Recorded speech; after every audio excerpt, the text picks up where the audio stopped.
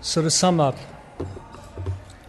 we think that when you think about this issue, you've got to think about it in two senses. What are the accessibility issues and what are the motivation issues? And how can government engage with that to try and create and change those incentives?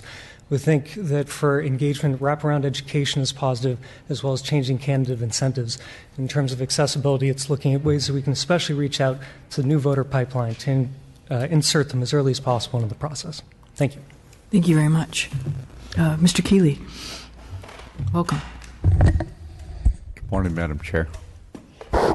My name is Fred Keeley. I'm blessed to be a former member of the California State Assembly representing the Monterey Bay area largely. Thank you for the invitation. Nice to speak with your staff on this matter. And, pleasure to be here today. A couple of thoughts that might be helpful.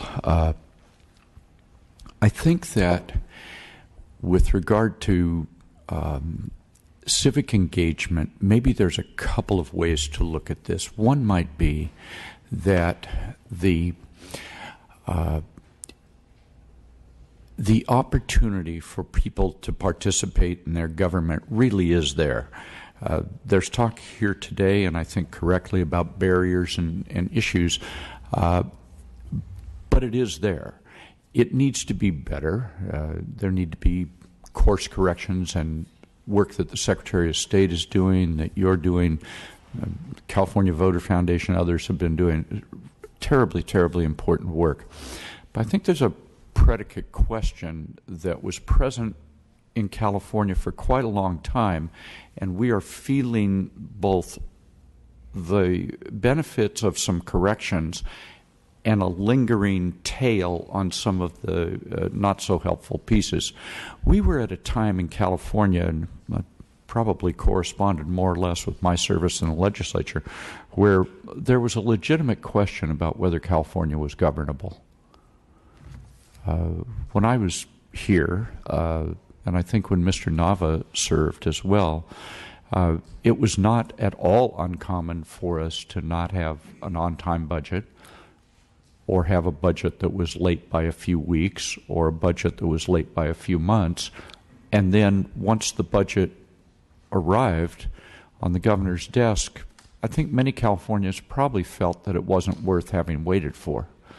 And so that issue, combined with a range of other, if you will, fundamental activities of the state government, when they're not done rather routinely, it's not very difficult, I think, for many folks to slip, if you will, from a healthy skepticism to an unhealthy cynicism.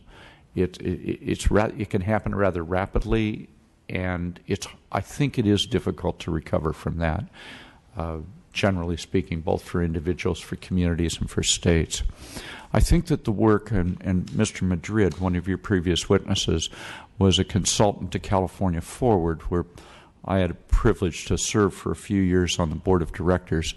And they and Common Cause and League of Women Voters and others, I think, engaged in a series of fundamental governance reforms and electoral reforms that work quite well for the state. And I think that what those have done is perhaps given us the opportunity to migrate back as citizens toward skepticism, which I think is very healthy, and we should have a lot of it, but to retreat from cynicism. And I think what's been helpful there is that you all can get a budget on time.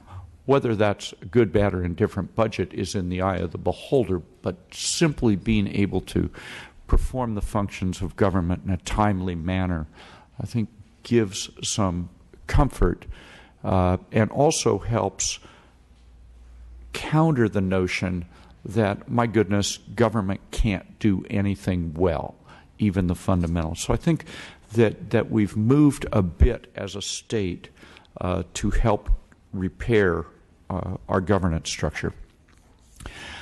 I think there's, if I can go from sort of that rather larger view to a smaller view, which is focused on the individual, The gentleman from Common Cause pointed out an example of the city of Santa Clara.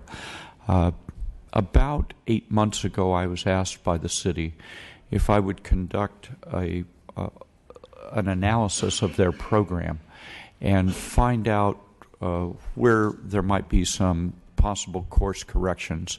I completed that analysis for them, and the result of that, which is the bad news for the city of Santa Clara and the residents of the city of Santa Clara, is that then they hired me as what they call their democracy consultant. So woe to all of those in Santa Clara. But the notion is to take some of the fine work that Mr. Hydorn was talking about and be able to improve some of the areas that need improvement, jettison some ideas that perhaps weren't working so well, and then try to build especially on the side of this that goes to the issue of campaigns. As the gentleman indicated, I would observe on the civic engagement side that many cities and counties do some work in that area, and then I think it's uneven as to how effective it is, whether there are metrics for judging performance, whether those then result in outcomes that are the kinds of things that you would want to see, irrespective, and to paraphrase Dan Schnur, whether you're a Republican, a Democrat, a Libertarian, or a Vegetarian, you probably do want to someplace in your heart for your governance system to really work. Have some faith and confidence in it, and I think there's a couple of ways that can happen. One, this whole area of the civic engagement side that is undertaken by the government as opposed to the wonderful nonprofits who do really good work at it. But where the government does it, I think it needs to be very carefully done, because I don't think it's hard to imagine that someone who is already, let's say, slipped into cynicism may think that even civic engagement by their government, they might not trust that. So the ability for that to be authentic, I think, is rooted in giving people confidence. I think what it is, the key there, is that what you are offering folks are tools for empowerment for themselves. This is not how do we make Santa Clara city government better. That's the job of the elected officials and the appointed staff and so on, to make it better. What is the job of the citizenry is to make those elected officials better. And so it seems to me that this civic engagement side of things is best, it operates best when there are specific tools that empower the individuals who choose to participate. My sense is that the gentleman talked about a negative feedback loop. I think that might create a positive feedback loop where people can see and hear that a friend, a neighbor, a family member, a child, a parent, or whatever have taken the risk that spending some of their time gaining those tools of empowerment make a difference for them, and now that makes a difference for others as we move along. The side of the Santa Clara issue that the gentleman referred to that I think is quite unique, whereas the civic engagement work, maybe they do a fair amount more of it in Santa Clara, maybe they're more robust and energetic, but they're not unique. I think where they're quite unique, as the gentleman pointed out, was over on the program that they entitled Vote Ethics. The elected city clerk, and I should just mention, they elect more officials there than you can imagine. They're a relatively small city to have a directly elected mayor, but they have a directly elected mayor, they have city council members, they have an elected city clerk, and they are the only city remaining in California that elects its police chief, which is really, I think, an interesting concept, maybe a subject for another hearing. But they elect their... Now, a lot of folks who I think enter the issue of saying, my goodness, what do we do about negative campaigns? Once they start to try to do something, they almost immediately run headlong into the First Amendment, because I believe that a lot of those well-intentioned desires to see if you can reduce the negative campaigning and maybe have some kind of alternative is about language and messages and so on, which are correctly protected and should not be infringed upon by good intentions. So how do you do that? The city clerk, the elected city clerk in Santa Clara, in the city of Santa Clara, said, I wonder if what we do is we incent people to conduct themselves in a way, not as regard to policy, not as regard to content of a philosophical nature or a policy nature, but of the nature of how we interact with each other and how candidates are led to believe they can be the most successful.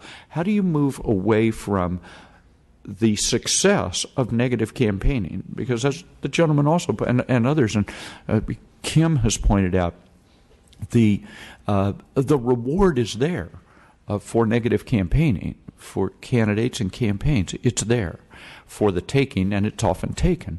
So then what is it that can be done to change that incentive so that the incentive is to comport oneself in a campaign in a way that is respectful and positive? The city of Santa Clara has taken a couple of steps, and over the next 2 years, their expectation is that we will work together and hopefully daylight a few more that will make it more successful. The most important component right now is how do you hold people accountable if they say, I'm going to run a positive campaign that comports with the document that the gentleman referenced, this sort of clean campaign, I'm going to sign that. I think the answer to that is that you do what Santa Clara has done, and that is to say, we're not going to judge whether this negative campaign is good, bad, or indifferent, but if what you do is you violate that code of ethics in campaigning, there will be literally a day of reckoning prior to the election. And so the last word forum to which the gentleman made reference earlier works this way. It is sponsored by the city. It is co-sponsored by the League of Women Voters. It is streamed live on those internet tubes. It is on the public component of the public education channel in the cable television channel that serves the city of Santa Clara. And what is it? It is a forum on the night before the election, which all the candidates are invited. And if, during the course of the campaign, someone believes that a candidate has violated their ethics code that they signed in terms of the nature of the way they would campaign, then this should scare everyone, the democracy consultant does not decide, is not an adjudicatory process. The role is not to say you did or didn't do this. It is, if what this person says is true, would it be a violation? If the answer to that is yes, then at the final word forum, instead of getting a relatively easy question, something like, gee, what do you think of public safety in the community, or do we have enough or not enough growth, or whatever, a nice kind of, general question, they get, this is the person who apparently violated the campaign ethics code, they get read to them a 30-second summary of what they might have done that was a violation. And then their opening comment is a response to that. Now, there's good, bad, and indifferent. It's an imperfect system. But what it has done in the city of Santa Clara over 3 election cycles is using, I think, a common sense standard of negative campaigning, hit pieces, other kinds of activities. It has wrung about 80% of that out of the municipal campaign process, about 80%.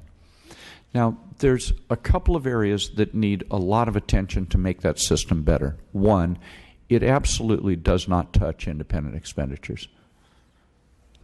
The candidate signed the pledge, not some committee that's an independent expenditure. So that's an area I'll be working on with the city.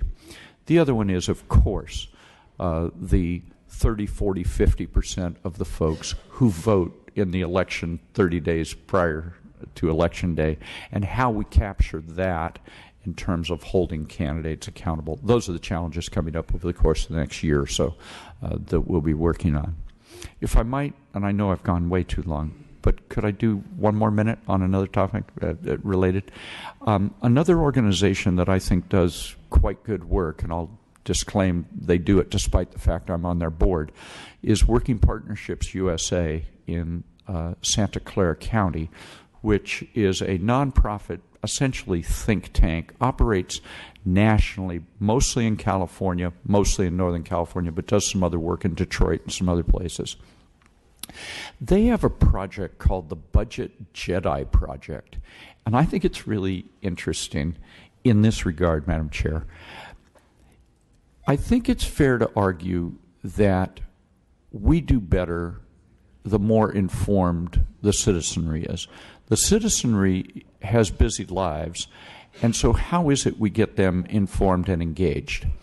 Some of the tools to which I made reference earlier might be budget literacy. I would argue that the single most important vote you cast every year is to adopt the state budget. I would argue that that's also true at boards of supervisors and city councils. That is the single most important activity that then colors all other activities during the year in profound ways. The Budget Jedi Project says, can we use the training of trainers model that is successful in other endeavors and enterprises to train up a group of folks in a community who become hugely budget literate and can then have available to them printed material, electronic material, and so on, that they can then train others in, whether it's a neighborhood organization, a labor union, a chamber of commerce, etc., to become budget literate. So to demystify those elements of budgeting because of its special language, because of its special timing, because of its different colored dollars and so on, to demystify that in a way that empowers people. The Budget Jedi Project is just finishing its first lap around the track in terms of training trainers and so on. And it is simply too early to offer you a judgment on whether or not that's best practices. But I would draw it to your attention for continued view. Madam Chair, thank you for your forbearance, letting me go longer than I should have, and thank you for the invitation to be here today. Thank you very much. Mr. Nava. Good morning, and thank you, Madam Chair, for the invitation. It's an honor to share this dais, so to speak, with such accomplished and successful people that are so invested in making government better. I have the privilege of serving as the chair of the Little Hoover Commission. Its real name is the Milton Marks Little Hoover Commission on California State Government Organization and Economy, thereby explaining why we call it the Little Hoover Commission. But we have been providing this service since 1962. There are 13 commissioners, 9 are members of the public, and 4 are current lawmakers. By law, the commission is bipartisan and independent. And as a consequence, the reports that are issued tend to analyze issues in a way that doesn't favor one party or the other and carries with it a certain dignity, I think, and reputation for fairness.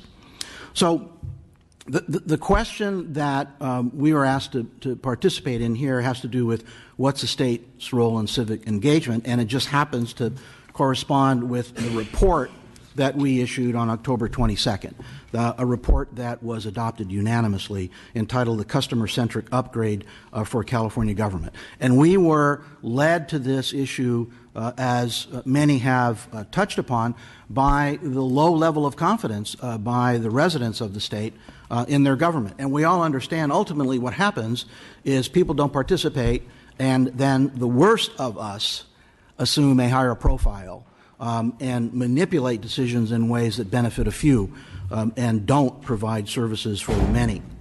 But what we have found is that California, in spite of being in the cradle of Silicon Valley and technology, we don't do a very good job of making our services available to people. So we took up the issue of how do you make that better. And we asked the questions, why do I have to wait for 50 minutes before I can talk to somebody about disability? Why can't I use a credit card to buy a copy of my birth certificate from the state? Why is it so hard to figure out what it costs to get to a state park? And why are there so many paper forms? So there was a technology gap that is obvious between services and what can be done. So what we found is that cities and counties in California and around the country are starting to work differently by focusing on customer needs. Because we all know, especially those of us that have served in government as electeds, is that there's a certain fossilication that occurs at certain levels within agencies and entities. Because they know they're going to be here longer than we are. And that we as legislators can raise issues, but all they have to do is just sort of pull back a little bit, and all of a sudden we're gone. Somebody else new comes in with a different orientation, a different issues, and also having to be educated onto the issues. So we're looking at places that are successful. And guess what? Utah is an example where they apply technology and their customers seem to be exceedingly happy about what it is they are able to do and how they're able to do it. We talked with the people from 18F and from the U.S. Digital Service, and you can imagine what a rush it was, actually, to sit down with the people who had tackled the issue of the Obamacare medical website and resolved it in a relatively short period of time. And I will tell you, one of the things that I was struck by as we talked to different groups who were providing services to cities and counties in other states, what does it take in order for you to get in there and to fix some of these problems? Because, in California, it all starts with Oracle, right? We still, at least I am, I'm old enough to remember that particular episode, where California thinks if you're going to deal with data, you need a $100 million contract, and you got to shoot for the moon. And in fact, the answer that we got most of the time when we said, what does it take for you to get into this department, resolve some of these data issues, and make it more customer friendly? A desk. I need a desk and a wall plug for my laptop. And we found that the attitude and the orientation of these millennials, which is the popular term, is one of desiring to provide service to make their government better. And they're not looking for the shiny, flashy things that make headlines. We talked to people who were working on purchasing processes that figured out how they could save tens of millions of dollars in the federal government by consolidating some of the steps that people were using in order to facilitate purchasing. The sorts of things that the employees themselves had figured out workarounds because the program was a mess.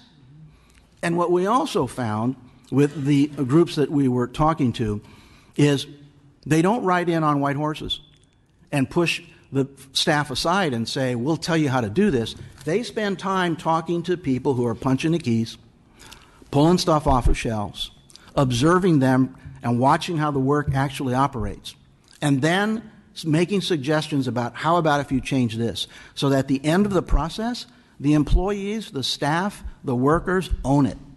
It's their process. It wasn't imposed upon them by someone else who had such a brilliant idea. So the teams that come in actually work as observers, anthropologists almost, coming up with observations about how do you get to that place where you want to get. So we have 3 recommendations, and we think they make sense, and they're doable. The scale is such that it can be done. The first one, you need somebody at the highest level who is going to assume the mantle of being responsible for customer service within government. And we think it ought to be the Secretary of GovOps, because the umbrella they have is the largest and touches upon millions and millions and millions of dollars and thousands of people who work in different areas of the government. Along with that, you need to identify people within the areas who will be charged with having a focus for chief customer officers, so to speak. As you in the agency look at your department and what you're doing, you have to tell us how it is that you're going to make something better. It doesn't have to be a big thing. It just needs to be a thing. Because the other thing that we found is that success is like that virus, pardon the expression, that other people look at and they want to emulate. Because the managers in the department then take pride in the success that they've had, and other managers look and say, wait a minute, we can do that. We have ideas about how to make that better. So you create this change in the culture, and it flows, it seems, naturally based on what we saw. Second, the state of California should have a digital services teams that are able to come into a department, evaluate what's going on, make recommendations, and bring about the changes. And interestingly enough, when we talked with labor representatives, they were some of the enthusiastic voices that we heard, because these are the folks that actually have to deliver the services, that may be working with things developed by management that are too far removed from what they actually see needs to be done to get the good stuff to the people who need it. So don't let anybody tell you that there's a labor impediment to bringing about this change. Quite frankly, I think that they can provide the source of inspiration and innovation within the actual agencies and departments. And then finally, the report that we issued identifies a blueprint with a number of strategies that can be embraced throughout the state. We're asking for change through small, focused, user-centered, and tested projects. And on the back of the handout that we brought today is a list of the things that we identified in our conversations with other states that have done it, with other countries that have embraced technology. In France, they tailor services to life's predictable events. In the United Kingdom, they have everything on one website where you can go figure out what it is you're supposed to get and how you get it. Estonia, they vote through their phones. They seem to do okay. And I would think that there are sufficient technologies and safeguards to be able to do that. New Zealand and Australia, you mentioned Australia, they have one-stop government services where you can go online, insert your information, and get what you need so that you can open your business. In California, if you want to open a business, you've got 6, 7, 8 different places you have to go. And you better be sophisticated enough to be able to navigate that. And you better not forget something, because the application that you submitted to somebody is going to hold you up to getting your business done. And so it's a brake on entrepreneurship, and it's an impediment to people actually making decisions to fulfill their lives and have confidence in government, so that they begin to think like the weed guy, wherever it was that you met him, that being involved and participating can actually make a difference. Mm-hmm. Thank you. Thank you very much. Thank you very much. To all the panel, thank you. I mean, you all bring a different slice of this, and as you see, it's a big, complex issue. So thank you very much. Thank you. And as the next panel comes up, I think I'm going to run down the hall.